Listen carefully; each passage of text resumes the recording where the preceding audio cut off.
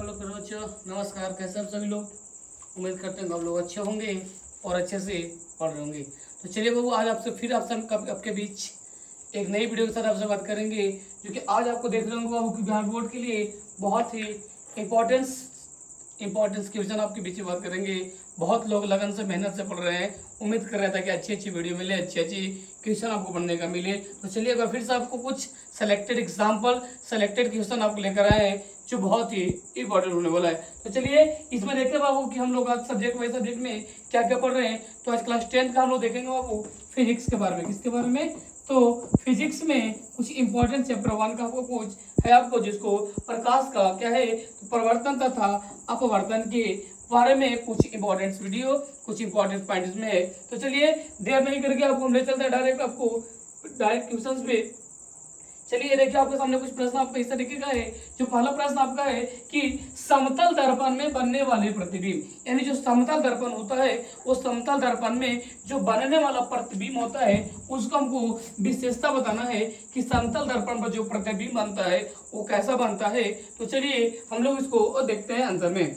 क्या बाबू की समतल दर्पण के सामने जितनी दूरी पर, यानी समतल दर्पण के सामने हम जितनी दूरी पर कोई वस्तु हो, यानी जितनी दूरी पर कोई वस्तु को रखते हैं तो उसका जो बीम होता है उतना ही पीछे बनता है। क्या होता है? यानी कोई हम समतल दर्पण के सामने याद रखिएगा, ये क्या है? एक समतल दर्पण है और समतल दर्पण के सामने हम जितना वस्तु को दूर रखेंगे, क्या करेंगे? जितनी दूरी पर कोई वस्तु रखेंगे, याद रखिएगा, इतनी दूरी पर अगर कोई वस्तु है, या आपका समतल दर्पण है और इतना दूरी पर आपको कोई वस्तु है, तो उसका जो बीम होगा उतना ही पीछे बनेगा। यानी इसका दर्पण का जो पीछे का जो बीम बनेगा, ये वो आपका जो बीम होगा बाबू, जितना इधर का दूरी होगा उतना ही डिस्टेंस पे आपका, उतना ही दूरी पर इधर भी आपका क्या बनेगा? तो प्रतिबिंब बनेगा, नहीं बीम बनेगा।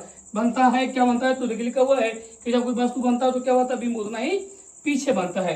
उसके बाद क्या है कि समतल दर्पण में, किसमें? यानी जो समतल दर्पण है, वो समतल दर्पण में किसी वस्तु के पूरे बीम को देखने के लिए दर्पण का आकार में, किसमें? आकार में उससे आधा होना आवश्यक होता है।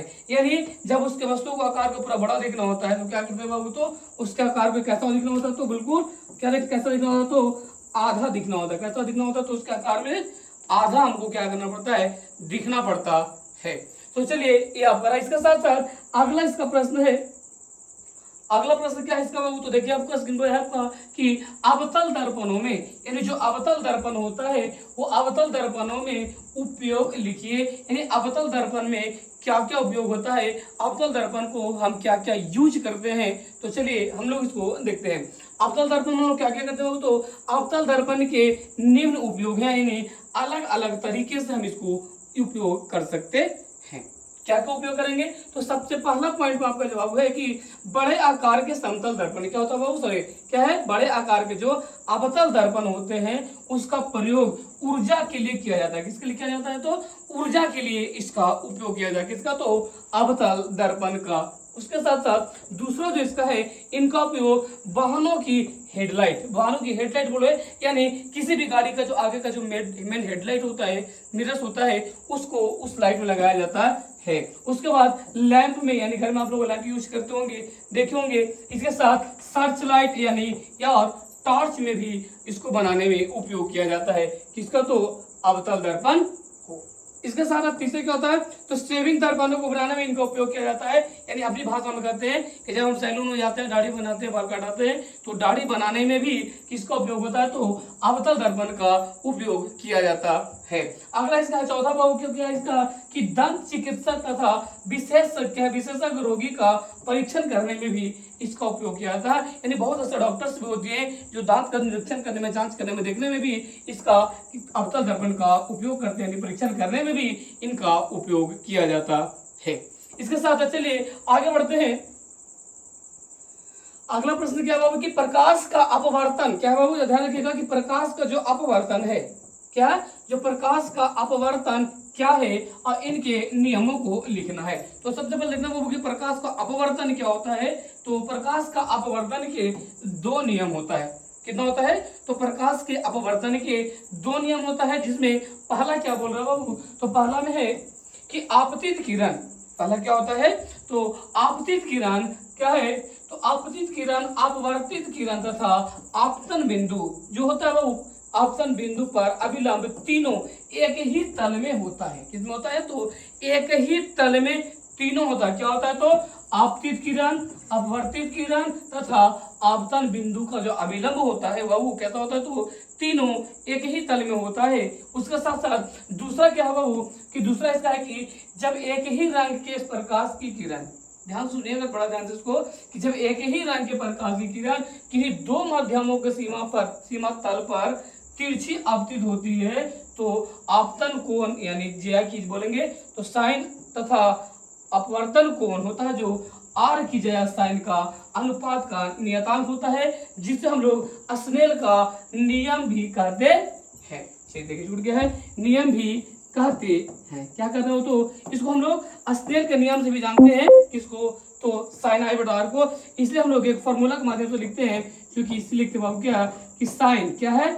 साइन आई बटा का साइन आर बराबर क्या होता है? साइन आई बटा जो साइन आर होता है, जिसको हम लोग अपनी भाषा में क्या बोलते हैं? तो स्नेल का नियम भी कहते हैं। और स्नेल का नियम को बताने के लिए साइन आई बटा साइन आर का उपयोग किया जाता है। जिसको हम बोल सकते हैं आपतन कोण बराबर प्रवर्तन कोण होता है। आगे बढ़ते हैं। नेक्स्ट इसका प्रश्न क्या है? ध्यान दीजिएगा। अगला प्रश्न क्या बाबू कि प्रकाश का अपवर्तन किसे कहते हैं? ध्यान रखिएगा, अभी जो पढ़ रहे थे वो प्रकाश का अपवर्तन था।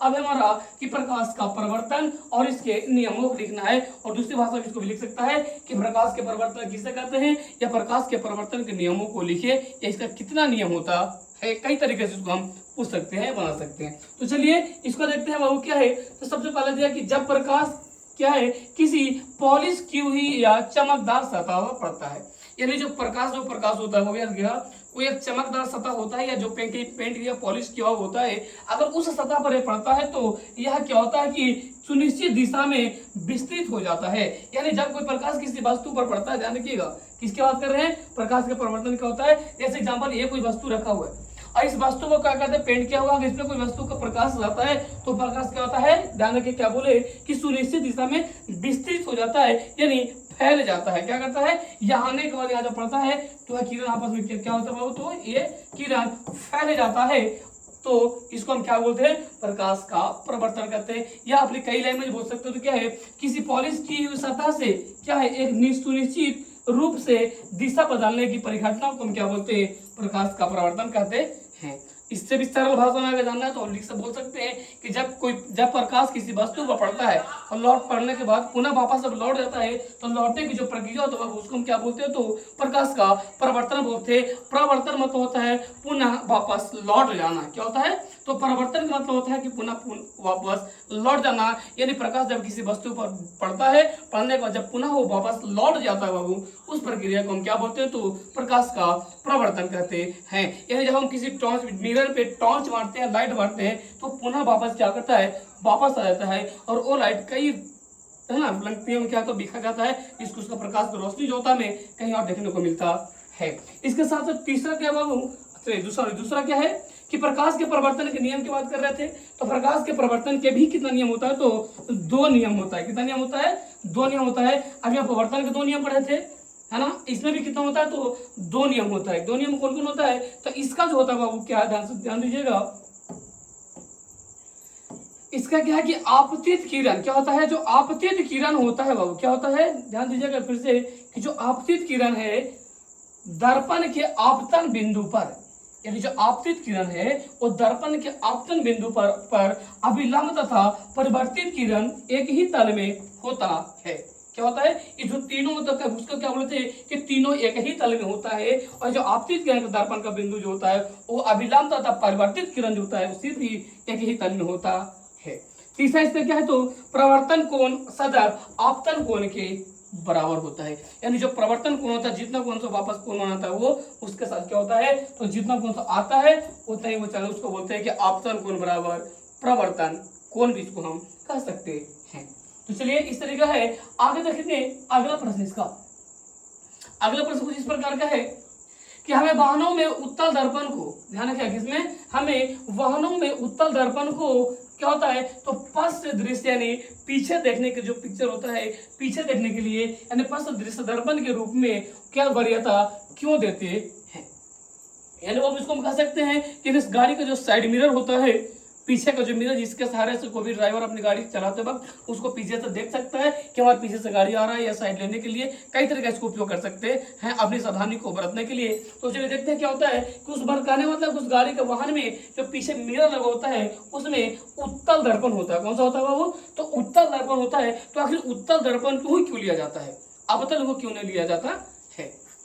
तो चलिए इसको देखते हैं क्या है कि उत्तल दर्पण को पश्च दृश्य दर्पण के रूप में इसलिए वरीयता देते हैं या इसलिए लगाते हैं, इसलिए उसका वो उपयोग करते हैं क्योंकि वे सदैव प्रतिबिंब सीधा देता है। कैसा देता है? तो सीधा प्रतिबिंब बनाता है। यानी ये आपका इस प्रकार का अगर गाड़ी अब है, ये आपकी गाड़ी यहाँ ड्राइव कर रहे हैं, इस साइड में आपकी मिरर और इस साइड में भी आपकी मिरर है ना। अब जब गाड़ी आप चला रहे होते हैं तो उस साइड हम लोग कहाँ देखते हैं बाबू? तो ये जो ड्राइवर यहाँ बैठे होता है बाबू, वो कहाँ देखता है? तो पीछे साइड में ही देखकर वो पीछे अनुमान लगाता है कि हमारे पीछे से और कोई गाड़ी आ रहा है या तो नहीं आ रहा है, क्योंकि उसके द्वारा जो बना हुआ जो प्रतिबिंब होता है वो बिल्कुल सीधा दिखाता है कि हमारी ओर आ रहा है नहीं। यानी अगर उल्टा दिखाए तो पता चला हम चल रहे इधर और मिरर देखें तो गाड़ी आ रहा है इधर, तो क्या करेंगे? अनबैलेंस होकर एक्सीडेंट होने की संभावना बन जाता है। तो इसलिए हम उत्तल दर्पण का उपयोग करते हैं, क्योंकि जब उत्तल दर्पण का उपयोग करते हैं तो उसमें जो हमारा प्रतिबिंब दिखाता है वो बिल्कुल सीधा दिखाता है, जिससे कि दुर्घटना होने की संभावना ना के बराबर नहीं होता है।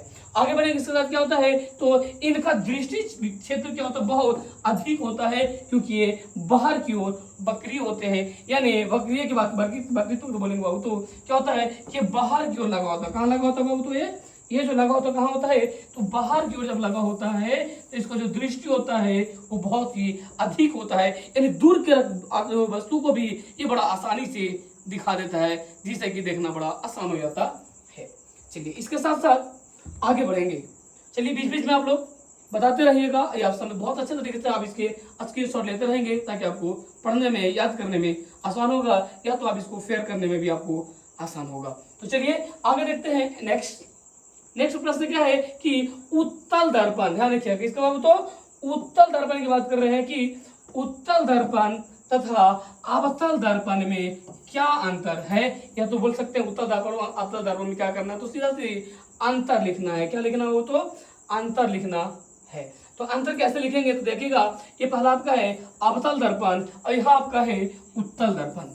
यानी अपनी भाषा बोलते हैं कि जो अंदर की ओर होता है, यानी क्या बोल रहे बाबू?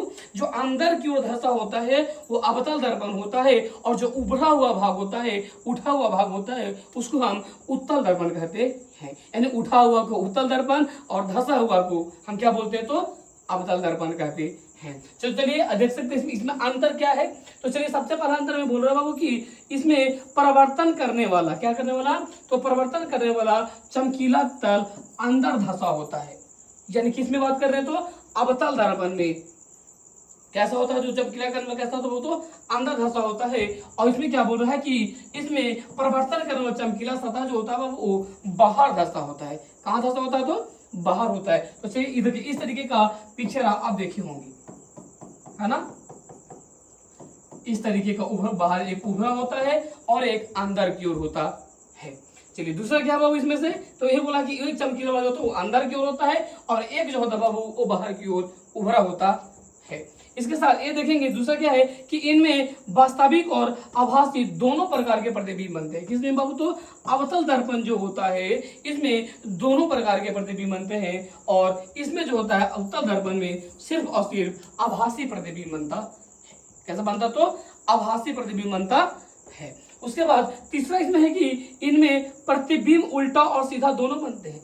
इसमें तो अवतल दर्पण जो होता है बाबू वो अवतल दर्पण में, इसमें अवतल दर्पण में प्रतिबिंब उल्टा भी बनता है और सीधा बनता है। लेकिन फर्क क्या होता है? तो उत्तल दर्पण में प्रतिबिंब सिर्फ और सिर्फ सीधा बनता है, वो उल्टा नहीं बनता है। ये उल्टा भी बनता है और सीधा भी बनता है, और इसमें सिर्फ और सिर्फ सीधा बनता है। अभी तुरंत आपको बताए थे कि जो गाड़ी का मिरर में लगा होता है उसका बनने वाला प्रतिबिंब अधिक होता है, सॉरी क्या होता है? दूरदृष्टि अधिक होता है, जिससे कि उसका प्रकृति, उसका जो फिगर होता है, उसका जो दिखाने की क्षमता होता है और बहुत दूर से दिखाता है और प्रतिबिंब सीधा दिखाता है। आगे बढ़ते हैं। नेक्स्ट में क्या है चौथा बाबू की इनमें प्रतिबिंब बड़ा छोटा वस्तु के आकार यानी तीनों परिस्थिति में आकार बनता है, यानी बड़ा भी बनेगा छोटा भी बनेगा और जिस वस्तु को देख रहे हैं उस वस्तु के आकार का भी पिक्चर इसमें बनता है, उस वस्तु के आकार का भी इसमें प्रतिबिंब दिखाई देता है। लेकिन जो उत्तल दर्पण होता है इस उत्तल दर्पण में प्रतिबिंब सिर्फ और सिर्फ छोटा दिखाई देता है, बहुत बड़ा नहीं। क्या दिखता है इसमें सिर्फ कैसा होता तो छोटा बनता है।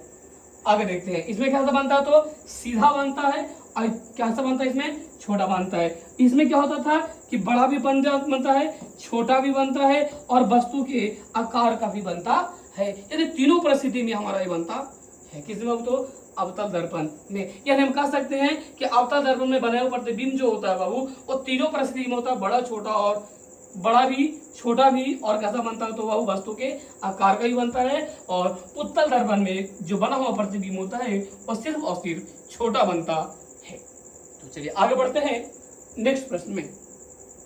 नेक्स्ट क्वेश्चन पर आपका है कि वास्तविक तथा आभासी प्रतिबिंब।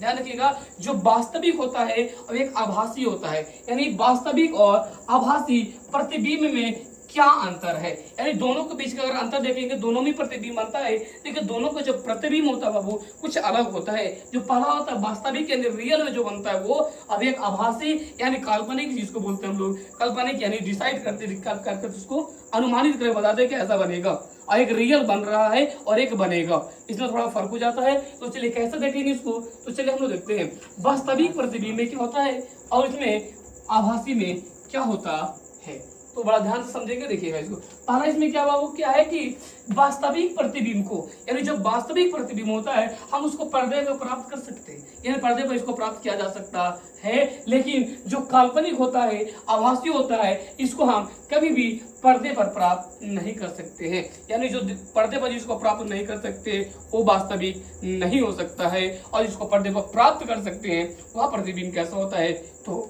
क्या होता है बाबू तो वास्तविक प्रतिबिंब होता है, यानी वास्तविक प्रतिबिंब देखेंगे। दूसरा क्या है इसमें, चलिए दूसरा क्या देखते हैं इसमें बाबू, तो दूसरा प्रतिबिंब इसका है कि वास्तविक प्रतिबिंब सदैव उल्टा होता है, उल्टे होते। जो वास्तविक प्रतिबिंब होता है वो कैसा होता है तो उल्टा होता है, और आभासी प्रतिबिंब कैसा होता है तो सदैव कैसा होता है तो सीधा होता है। कैसा होता है ये सीधा होता है। तीसरा क्या है कि वास्तविक प्रतिबिंब दर्पण के आगे बनता है, यानी कोई एक दर्पण है और दर्पण के कहाँ बनेगा ये आगे बनेगा, और जो आभासी प्रतिबिंब होता है वो दर्पण के पीछे बनेगा। कहाँ बनेगा तो दर्पण के एक आगे बनता है और एक दर्पण के पीछे बनता है। तो दर्पण के आगे वास्तविक प्रतिबिंब और दर्पण के पीछे जो बनता है वो आभासी प्रतिबिंब। कौन बनता है वो तो ये आभासी प्रतिबिंब बनता है। आगे बढ़ते हैं नेक्स्ट में। नेक्स्ट क्या है ध्यान रखिएगा कि प्रकाश का प्रकीर्णन से आप क्या समझते हैं। इसके बोलते बाबू तो प्रकाश का जो प्रवर्तन होता है, तो प्रकाश का प्रवर्तन क्या बाबू सॉरी क्या है प्रकीर्णन है बाबू। क्या प्रकीर्णन, ध्यान रखिएगा क्या होता है तो प्रकीर्णन में क्या होता है, बड़ा ध्यान से समझिएगा इसको, कि प्रकाश किसी ऐसे माध्यम से गुजरता है जिसमें धूल तथा अन्य पदार्थों के अत्यंत सूक्ष्म कण होते हैं।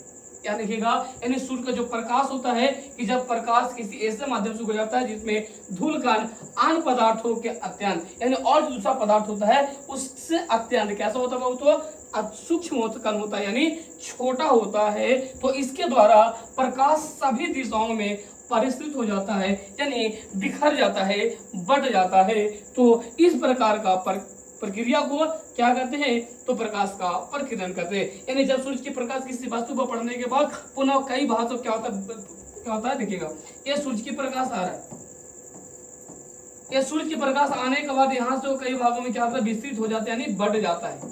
क्या करता है वो बढ़ जाता है, उसको हम क्या बोलते हैं प्रकाश का प्रकीर्णन करते हैं। यानी सूर्य के प्रकाश के प्रकीर्णन के कारण ही आकाश का जो रंग होता है वो नीला दिखाई देता है। कैसा देता है तो नीला दिखा देता है। यानी यहाँ से हम एक प्रश्न बना सकते हैं। क्या प्रश्न बनाएंगे बाबू तो चलिए देखिएगा, यहाँ से लिखेंगे कि आकाश का रंग, किसका रंग, कि आकाश का रंग क्या बाबू नीला, आकाश का जो रंग होता है वो नीला क्यों दिखाई देता है, क्यों दिखाई देता है, क्यों दिखाई देता है भाई अभी तुरंत बात करें तो हम लोग कि जो प्रकाश का जो रंग होता है वो आकाश का रंग नीला क्यों दिखा देता है, तो आंसर इसको जानेंगे क्या होगा, तो प्रकाश का प्रकिरणन के कारण, यानी प्रकाश के प्रकिरणन के कारण, किसके कारण, तो प्रकाश के प्रकिरणन के कारण आकाश का जो रंग होता है वो नीला दिखाई देता है। कैसा दिखाई देता है, तो नीला दिखाई देता है। यानी एक ऑब्जेक्टिव प्रश्न भी यहाँ से आप निकाल सकते हैं, बार बार इसको बोल सकते हैं, और कई बार ये प्रश्न आपको एग्जाम में टेस्ट में देखने को मिलता होगा कि आकाश का रंग नीला क्यों दिखाई देता है, तारे क्यों टिमटिमाते हैं, है ना, सूर्य, इस तरह का अभी बात करेंगे हम लोग, है ना, सूर्य उगते और डूबते समय लाल क्यों दिखाई देता है ना। तो चलिए इस प्रकार से हम लोग आगे भी प्रश्न देखेंगे। देखिए आपके सामने ही है कि समतल दर्पण में बना प्रतिबिंब, जो समतल दर्पण में बना प्रतिबिंब होता है, वो प्रतिबिंब का जो साइज होता है वो प्रकृति कैसी होती है।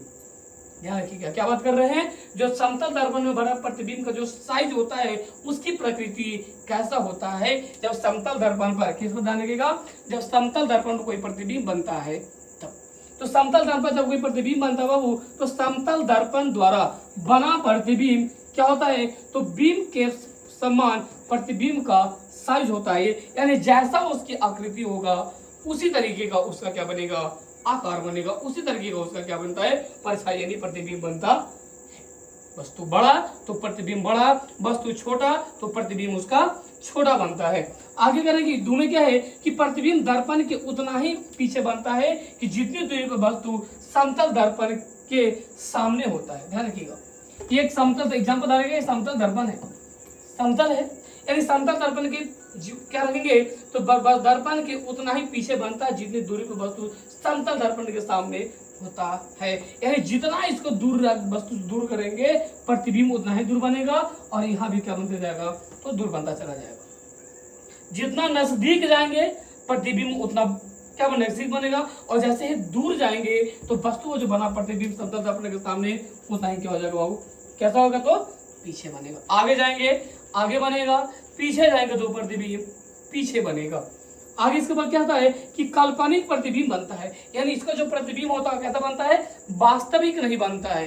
कैसा बनता है, तो ये काल्पनिक प्रतिबिंब बनता है। जो रियल प्रतिबिंब होता है बाबू, वो रियल प्रतिबिंब इसमें नहीं बनता है। कैसा बनता है, तो काल्पनिक बनता है। कैसा बनता है, काल्पनिक प्रतिबिंब इसमें बनता है। तो चलिए आगे बढ़ते हैं। अगला प्रश्न क्या है कि उत्तल लेंस के दो उपयोग बताए, यानी उत्तल लेंस जो होता है, उत्तल लेंस के दो उपयोग बताना है कि उत्तल लेंस को हम दो तरीके से कैसे उसको हम उपयोग कर सकते हैं, या किन किन चीजों में उपयोग उसको ला सकते हैं। यानी उत्तल दर्पण जो सबसे उपयोग होता है, याद रखिएगा, उत्तल लेंस का उपयोग इस प्रकार है। किस प्रकार है, तो चलिए देखते हैं क्या किस प्रकार है बाबू। तो इसका लेंस का उपयोग, तो पहला है कि नेत्र से क्या दूरदृष्टि दोष को सुधारने में क्या करता है, यानी दूर की रखी वस्तुओं की क्या करता है, देखने में जिनको प्रॉब्लम होता है तो उन दूर दृष्टि वालों को क्या करता है, दूर करता है, जो कि एक चश्मे के सहारे में उसको उस लेंस को क्या कर दिया जाता है, तो दिया जाता है। जो हम उसके क्या करते हैं, तो चश्मा लगा के उसके सहारे हम क्या करते हैं, देखते हैं, देख पाते हैं, अपनी दूरी को क्या करते हैं, अपनी जो आंख का जो दूरदृष्टि दोष होता है उस इस दोष को, किस दोष को, तो नेत्र से दूरदृष्टि दोष को दूर करते हैं, सुधार करते हैं, और हमें सही तरीके से उसको गेस कर पाते हैं।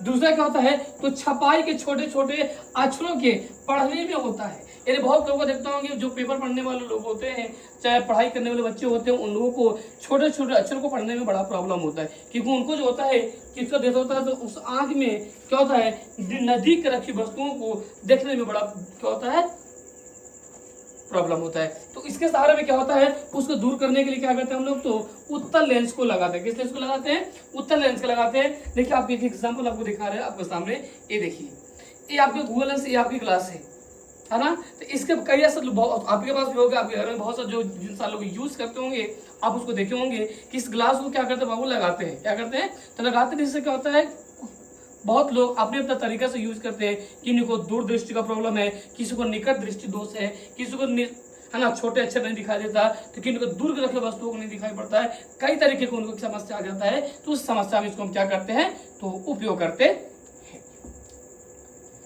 तो चलिए आगे बढ़ते हैं। नेक्स्ट क्या सवाल है बाबू इसका, नेक्स्ट इसमें है कि उत्तल लेंस को, ध्यान रखिएगा, किसको, उत्तल लेंस को अभिसारी लेंस क्यों कहा जाता यानी एक ही ऐसा लेंस है जो क्या होता है बाबू, उत्तल लेंस, जिसको हम क्या बोलते हैं तो अभिसारी लेंस कहते हैं। कौन सा लेंस कहते हैं तो अभिसारी लेंस कहते हैं। क्यों कहते हैं? क्योंकि उत्तल लेंस को, ध्यान रखिएगा, किसको बाबू, उत्तल लेंस के द्वारा आपतित समांतर किरणें, ध्यान रखिएगा, आपतित मतलब आने वाला, आपतित मतलब आने वाला, अपरिवर्तित मतलब जाने वाले परिवर्तन जो लौट जाता है।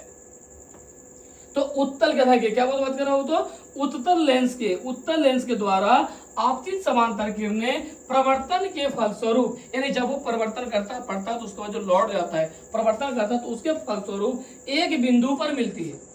यानी आने के बाद जो वापस होती है तो कहाँ मिलती है, आता है, जो वापस होता है कहाँ, किसी एक बिंदु पर वो क्या करता है बाबू, मिलता है। यानी उत्तल लेंस प्रकाश के समांतर किरणों को अभिसरित करता है, अतः उत्तल लेंस को इसी गुण के कारण क्या बोला जाता है तो अभिसारी लेंस कहा जाता है, यह अभिसारी लेंस इसको कहते हैं। क्यों कहते हैं? क्योंकि एक ही आने के बाद भी जब करता है तो दोनों एक ही बिंदु पर करता है। आगे बढ़ते हैं, क्या बाबू, अब कुछ अंतर है। अंतर में क्या है कि उत्तल लेंस, किसके बारे में, उत्तल लेंस और अवतल लेंस में अंतर स्पष्ट करना है, अंतर बताना है कि इन दोनों में क्या अंतर है। किनकी बात करें तो उत्तल लेंस और अवतल लेंस में। चलिए देखते हैं इसमें क्या बाबू, लेंस में कि पहला में क्या दिया दोनों का कि बीच में से मोटा किनारा, क्या है, बीच में से मोटा तथा किनारों से पतला होता है। किसकी बात कर रहे हैं? उत्तल लेंस की बात कर रहे हैं। देखिए बाबू, जो उत्तल लेंस होता है वो क्या होता है, बीच में मोटा होता है, बीच में कैसा होता है, मोटा, और किनारे में कैसा होता है तो पतला होता है। और जो ये होता है बाबू अवतल लेंस होता है, कौन सा लेंस होता है तो अवतल लेंस जो होता है वो बीच में पतला और किनारा में कैसा होता है वो मोटा होता है। ये इसका अपोजिट होता है। दूसरा देखेंगे कि अक्षर बड़े आकार के दिखाई देते हैं, किससे, यानी जो उत्तल लेंस होता है वो उत्तल लेंस कोई भी अक्षर कैसा दिखाई देता तो बड़ा दिखाई देता है। यानी जिनको बड़ा देखने के लिए कोई चश्मा अगर बनवाना होता है तो उसका जो लेंस लगा होता है बाबू वो कौन सा होता है तो उत्तल लेंस होता है। शायद आपको पता होगा, बहुत से लोगों को कंफ्यूजन हो जाता है कि पता नहीं आंख में चश्मा लगाए हुए इसमें कौन सा लेंस लगा हुआ है ना। तो आप इससे दूर कर लीजिएगा कि आंख में जो लेंस होता है वो कौन, ध्यान रखिए किसके लिए तो अक्षरों को बड़ा देखने के लिए कौन सा लेंस तो उत्तल लेंस का उपयोग करते हैं। उसके बाद छोटे से क्या है तो अक्षर छोटे आकार का दिखाई देता है, किससे, तो जब अवतल लेंस लगा तो अक्षर कैसा दिखाई देता है तो छोटा दिखाई देता है, और इसीलिए जब बड़ा दिखना होता है तो इसका उपयोग करते हैं, उत्तल का उपयोग करते हैं। चलिए इसके साथ साथ नेक्स्ट क्या, 3 नंबर में क्या बाबू कि प्रकाश की किरणों को एक बिंदु पर केंद्रित करता है। यानी प्रकाश को जो किरण होता है वो आने को सब क्या करता है तो एक ही बिंदु पर, कोई बिंदु निश्चित बिंदु होता है, सब यहीं पे क्या होगा केंद्रित होगा, क्या होगा सब वहीं पे जाके केंद्रित होगा। उसके बाद प्रकाश की किरण को इसको क्या कर देता है, ये बिखेर देता है, एक जगह रहने नहीं देता है। इसके साथ अगला क्या है कि वस्तु का प्रतिबिंब वास्तविक, आभासी तथा उल्टा बनता है। किसमें, उत्तल लेंस जो होता है और उत्तल लेंस में तीनों तरीके का वस्तु का प्रतिबिंब वास्तविक भी, आभासी भी और उल्टा भी बनता है। लेकिन अगर बात करेंगे अवतल लेंस से बाबू तो क्या होता है, वस्तु का प्रतिबिंब आभासी और कैसा बनता है तो सीधा बनता है। कैसा बनता है, सीधा बनता है। आगे बात करेंगे 5 में, इसका 5वां क्या है अंतर में कि लेंस को बाईं तरफ हिलाए तो प्रतिबिंब दाईं तरफ गति करता है। यानी जब लेंस को हटाएंगे दाईं तरफ से करेंगे तो बाईं ओर चल जाएगा, यानी जब दाहिना से करेंगे तो बायां की ओर और बायां से करेंगे तो दाहिना की ओर उसका प्रतिबिंब चला जाता है। इसके साथ साथ इसकी बात करेंगे तो क्या हो जाएगा, लेंस को बाईं तरफ से हिलाए तो प्रतिबिंब किस ओर, यानी बाईं तरफ से करेंगे तो प्रतिबिंब बाईं तरफ हटेगा, यानी ये दोनों तरफ जाता है। लेंस को बाईं तरफ हिलाए तो प्रतिबिंब दाईं तरफ गति करता है, और इसमें लेंस को जब बाईं तरफ से हिलाए तो प्रतिबिंब भी बाईं तरफ ही हटेगा, दूसरा ओर नहीं हटेगा। छठा में क्या है, इसकी फोकस दूरी धनात्मक होता है, यानी धनात्मक बोले तो पॉजिटिव यानी प्लस होता है, और इसकी फोकस दूरी कैसा होता है तो ऋणात्मक होता है, यानी माइनस का होता है। इसके साथ साथ नेक्स्ट बढ़ते हैं। नेक्स्ट कि कौन सा लेंस वास्तविक और आभासी दोनों प्रकार के प्रतिबिंब बनाता है। याद रखिएगा। ऐसा ऐसा कौन सा लेंस है जो दोनों प्रकार के बनाता है? किस प्रकार का बाबू? तो दोनों प्रकार के लेंस। बोले तो कौन सा? तो वास्तविक भी और आभासी भी, यानी दोनों तरीके का उसमें प्रतिबिंब बनता है। ऐसा कौन सा लेंस है? उत्तर बताया था आपको। इसके पहले में अंतर में आप देखे होंगे कि उत्तल लेंस। किसमें? उत्तल लेंस है बाबू। किसमें? ऑब्जेक्टिव आप देख सकते हैं। ऐसा कौन सा लेंस है जिसमें वास्तविक और आभासी दोनों प्रकार के प्रतिबिंब बनता है? तो सबसे पहला एक नंबर में ऑब्जेक्टिव हो गया आपका उत्तल लेंस होता है। और इसके पूरे देखेंगे तो उत्तल लेंस वास्तविक और आभासी दोनों प्रकार के प्रतिबिंब बनाता है जब प्रतिबिंब फोकस के बाहर होता है। ध्यान रखिएगा, प्रतिबिंब जब फोकस के बाहर होता है तो प्रतिबिंब कैसा बनता है?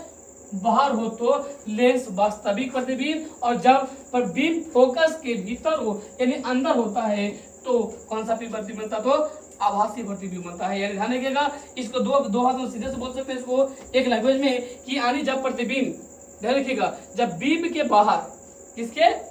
बीम के जब बाहर होगा तो प्रतिबिंब वास्तविक बनेगा, और बीम के अंदर होगा तो प्रतिबिंब कैसा बनेगा बाबू? तो आभासी बनेगा। कैसा बनेगा? तो आभासी बनेगा।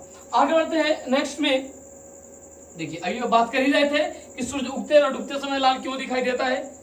ये आप सब लोग देखते होंगे, ये नेचुरल चीज है। सुबह सुबह जब मॉर्निंग होता है, सुबह सुबह दिन, जैसे रात से दिन होता है यानी सुबह में बदलता है तो सूरज की जब निकलता है तो कैसा दिखाई देता है? लाल दिखाई देता है। और जब सूर्यास्त होता है यानी जब सूरज डूबता है उस वक्त भी कैसा दिखाई देता है? तो लाल दिखाई देता है। ऐसा क्यों होता है? तो अगर एक नंबर की बात करेंगे, है ना, तो चलिए हम बताएंगे भी, है ना, उसको ऑब्जेक्टिव में कैसे कन्वर्ट करेंगे और सब्जेक्टिव में कैसे उसको कन्वर्ट करेंगे। तो देखिए लिखा हुआ बाबू कि क्षितिज, किसमें? क्षितिज के समीप नीले तथा कम तरंगदैर्घ्य के प्रकाश का अधिकांश भाग कणों द्वारा प्रकीर्णन हो जाता है, इसलिए हमारे नेत्रों तक पहुंचने वाला प्रकाश अधिक तरंगदैर्घ्य का होता है। इसे सूर्योदय का या सूर्यास्त के समय सूर्य का रक्तताप कैसा प्रतीत होता है? तो रक्तताप प्रतीत होता है, यानी लाल दिखाई देता है। यानी जब उससे निकालने वाले सूर्य के प्रकाश की जो किरणें होता है उसका जो तरंगदैर्घ्य होता है, तरंगदैर्घ्य का प्रकाश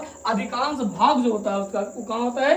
तो कणों द्वारा क्या होता है? प्रकीर्णन हो जाता है, यानी उनका आने वाला जो कण होता है वो कणों द्वारा बिखर जाता है, अलग अलग भागों में वो बढ़ जाता है। और इसलिए हमारे नेत्र तक पहुंचने वाला जो प्रकाश होता है यानी वहां से निकलने सूर्य के प्रकाश निकलने के बाद हमारी आंखों तक जो पहुंचता है वो पहुंचने वाला जो प्रकाश अधिकांश तरंग कहता है अधिक तरंगदैर्घ्य का होता है। यानी उसका तरंगदैर्घ्य बहुत ही अधिक होता है क्योंकि वो वायुमंडल सतह में, किसमें? कि वो आने पर वायुमंडल में दो तरीके हैं।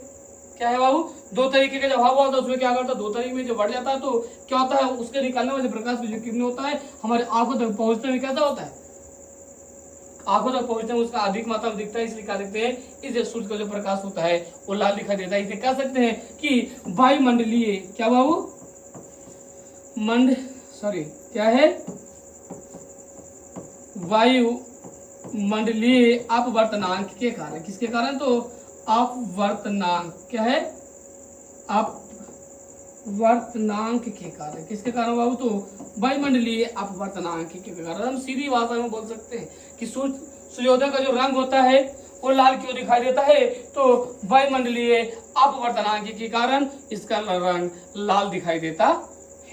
आगे बढ़ते हैं नेक्स्ट क्या बाबू कि अवतल लेंस को, ध्यान रखिएगा, किसको? अवतल लेंस को अपसारी लेंस कहते हैं। क्यों? यानी अवतल लेंस को हम अपसारी लेंस क्यों कहते हैं? तो चलिए देखते हैं इसमें क्या है कि अवतल लेंस को अपसारी लेंस क्यों कहते हैं। तो अवतल लेंस के द्वारा समांतर प्रकाश की किरणें आपतन के बाद परिवर्तित होकर आपस में फैलती है, यानी फैलती जाती है। यानी अवतल लेंस प्रकाश के समांतर किरणों को क्या करती है? तो अपसारित कर देता है। तो अवतल लेंस को इसी गुण के कारण हम अपसारी लेंस कहते हैं। क्या उदाहरण सुनिएगा, समझिएगा इसको क्या बोल रहे हैं। देखिएगा क्या है कि जो अवतल लेंस होता है, अवतल लेंस के द्वारा जो समांतर प्रकाश की किरण होता है, यानी समांतर बोले तो यानी बराबर। समांतर क्या होता है बाबू? ये जो बराबर निकलने वाले किरण होता है वो आपतन के बाद, यानी आपतन में तो बोले तो आने वाला को आपतन बोलते हैं, है ना। आने के बाद जो होता है अपवर्तित होकर, यानी उसको जब पढ़ता है तो अपवर्तित होकर आपस में क्या कर जाता है? वो फैल जाता है। क्या क्या होता है वो आपस में फैल जाता है, यानी अवतल लेंस प्रकाश के समानांतर किरणों को अपसरित कर देता है, इसलिए इसको क्या बोलते हैं बाबू, इस प्रकार की गुण को हम अपसारी लेंस भी कहते हैं। चलिए आगे बढ़ते हैं नेक्स्ट। देखिए ये भी आपका प्रश्न आ गया कि तारे क्यों टिमटिमाते हैं। तो तारे क्यों टिमटिमाते बाबू, तो चलिए देखते हैं। तारे टिमटिमाने का आता है कि ग्रह तारों की अपेक्षा हमारे बहुत समीप है। जो ग्रह होता है वो तारा की अपेक्षा हमें क्या होता है, बहुत ही नजदीक होता है, और अतः इनसे इतना पर्याप्त प्रकाश मिलता है कि वायुमंडलीय परतों के घनत्व के अस्तित्व के प्रभाव के चलते प्राप्त किरणों की संख्या में क्या होता है, तो अपेक्षाकृत कम आती है।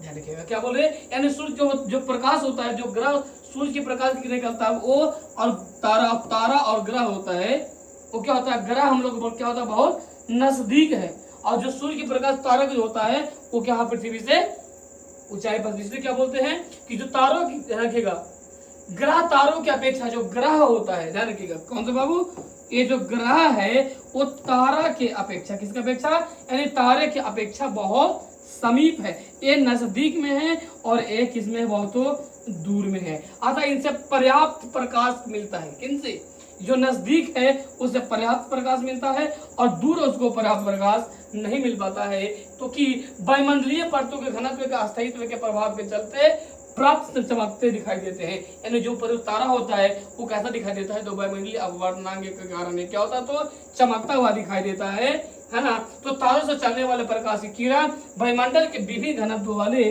परतों से गुजरने पर किरणों के पथ में विचलन होता है, यानी विचलन होता है, यानी वहाँ जो जितने भी वायुमंडल से विभिन्न प्रकार का जो घनत्व आता है बाबू, वो परत से गुजरने के बाद, किस परत से, तो वायुमंडल को जो दो परत होता है वो वायुमंडल को दो परत में आने के बाद क्या होता है, विचलित होता है, कुछ प्रकार की किरण क्या होता है, तो बिखर जाता है, अलग अलग हो जाता है।